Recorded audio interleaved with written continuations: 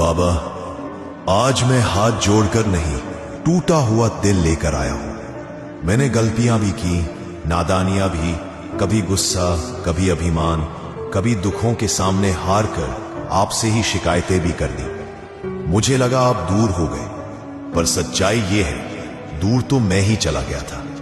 बाबा, मैंने अपने कर्मों से खुद ही अपने रास्ते कठिन कर लिए, पर आज पहली बार मैं स्वीकारता हूं, गलती मेरी थी। आप कभी गलत नहीं थे। मेरी आंखें भीग रही हैं, दिल कांप रहा है। बस एक ही बात कहने आया हूं, प्रभु मुझे क्षमा कर दीजिए। मैं नादान था, पर आप मेरे शिव हैं। आप जानते हैं ना कि मैं बुरा नहीं था, बस कमजोर था। मैंने हर गलत राह पर कदम इसलिए नहीं रखा क्योंकि वो मुझे पसंद थी, बल्कि इसलिए क्योंकि मेरी अकेलापन मुझे गलत जगहों तक खींच ले गया। कभी दुखों में डूबा, कभी लोगों के व्यवहारों ने थका दिया, और कभी कभी मैं खुद से ही हार गया। पर आज मैं किसी से कुछ नहीं कह रहा, बस आपसे कह रहा हूं, मुझे दोबारा गढ़ लो बाबा। मुझे उस रूप में ढाल दो, आपकी दृष्टि में पवित्र हो, संस्कारवान हो, स्थिर हो, आपका हो। मेरी नादानी को दंड नहीं चाहिए, दिशा चाहिए। मेरी गलतियों को तिरस्कार नहीं चाहिए, आपकी छाया चाहिए। तू देर से नहीं आया, परिपक्व होकर आया है। तू गलती करके गिरा नहीं, सीखने के लिए झुका था।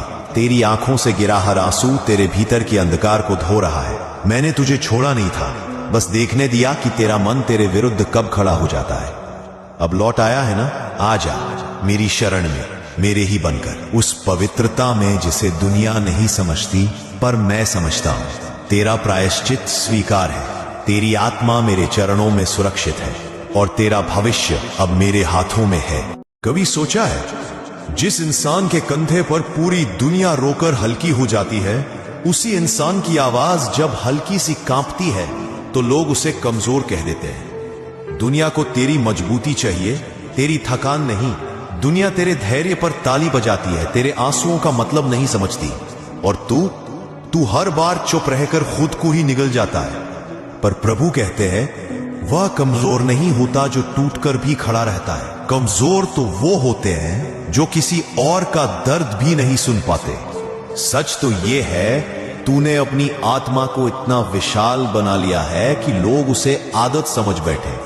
तू सुनता रहा, सबका बोझ उठाता रहा, सबके घाव भरता रहा, पर जब तेरी अपनी आत्मा कांपी, दुनिया ने तेरे जख्म नहीं देखे, तेरी आवाज की थकान नहीं सुनी, तेरे भीतर की बरसात नहीं समझी। लोगों को लगता है जो हमेशा संभालता है वो बिखर ही नहीं सकता, पर महादेव कहते हैं, तू मेरा वंशज है।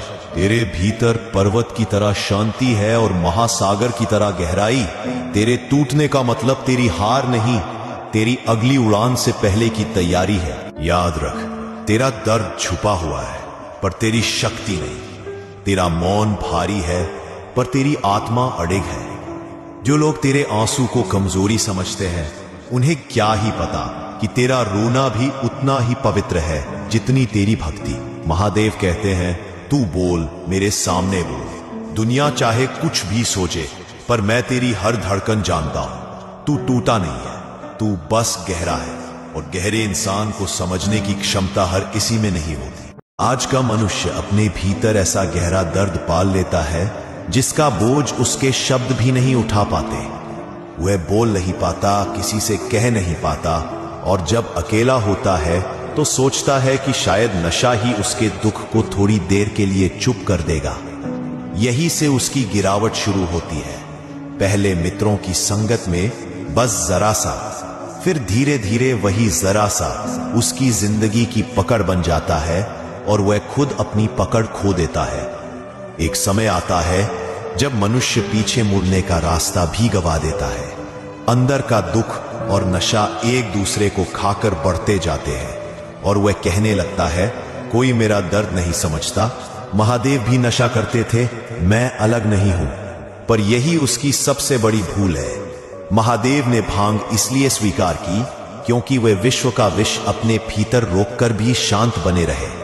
उन्होंने नशा नहीं, दायित्व, तप, ब्रह्मचर्य और जगत की रक्षा का बोझ ग्रहण किया। मनुष्य क्या कभी उस बोझ की धूल भी बन सकता है? फिर भी अपने पतन को छुपाने के लिए स्वयं को महादेव से तुलना करता है। यह ज्ञान है, अपराध है और आत्मा के विरुद्ध विद्रोह है। नशा दुख कम नहीं करता, बस दुख को और गहरा करता है। और महादेव वो नशे की राह नहीं दिखाते, वे उस शक्ति की राह दिखाते हैं जहां मनुष्य अपने दुख से ऊपर उठकर स्वयं अपने जीवन का महादेव बन जाए। तू टूट मत, भटक मत, अपने दर्द से भाग मत, उसे जला पिघला तपाकर अपने चरित्र की शक्ति बना।